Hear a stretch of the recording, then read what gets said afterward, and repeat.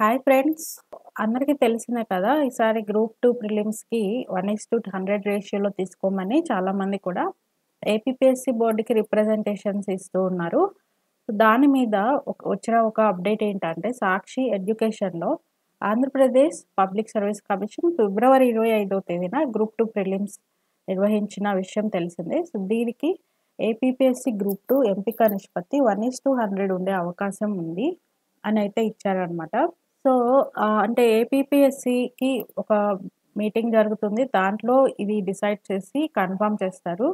But అయితే ఇప్పటికే ఈ కట్ ఆఫ్ మీద వచ్చిన రిప్రజెంటేషన్స్ అన్నీ చూసి పరిశీలించిన తర్వాత 1:100ని ఇచ్చే అవకాశాన్ని 100% అయితే కన్ఫర్మ్ చేశారు అని మనకి సాక్షి ఎడ్యుకేషన్‌లో వచ్చింది. సో, దీనివల్ల ఉపయోగం ఏంటంటే కట్ ఆఫ్ స్కోర్ అనేది భారీగా తగ్గే అవకాశం అయితే ఉంటుందనమాట. అంటే కట్ ఆఫ్ బాగా తగ్గి ఇంకా చాలా మందికి కూడా మెయిన్స్‌కి వెళ్ళే అవకాశం ఉంటుంది. ఈ 1:100 రేషియో అనేది తీసుకున్న తర్వాత.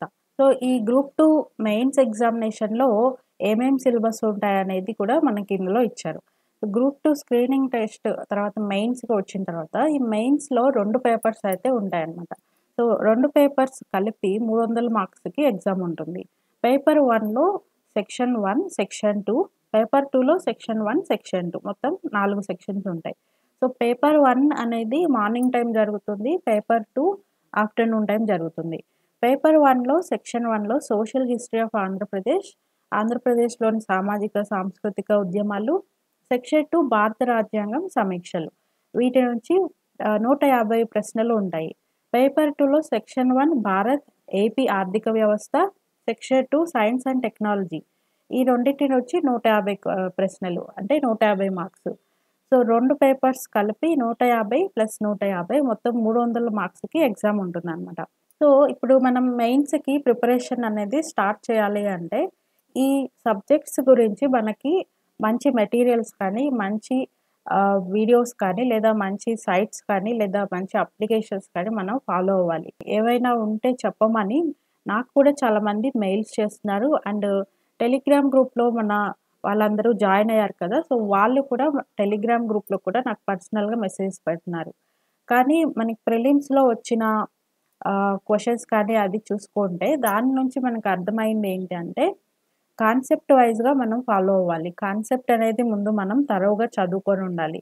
ముందు కాన్సెప్ట్ తెలిస్తేనే మనకి క్వెషన్స్‌ని అటెంప్ట్ చేయడానికి కూడా ఆ క్వెషన్స్‌ని ఎలా ఫ్రేమ్ చేసి ఇచ్చినా వాటిని అటెంప్ట్ చేసే కాన్ఫిడెన్స్ అనేది మనకు వస్తుంది.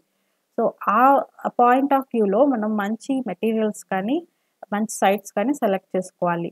సో, దీని మీద నేను ఒక 2, 3 డేస్ టైం తీసుకొని మీకు ఒక మంచి మెటీరియల్ అయితే మీకు చెప్పడానికి ట్రై చేస్తాను.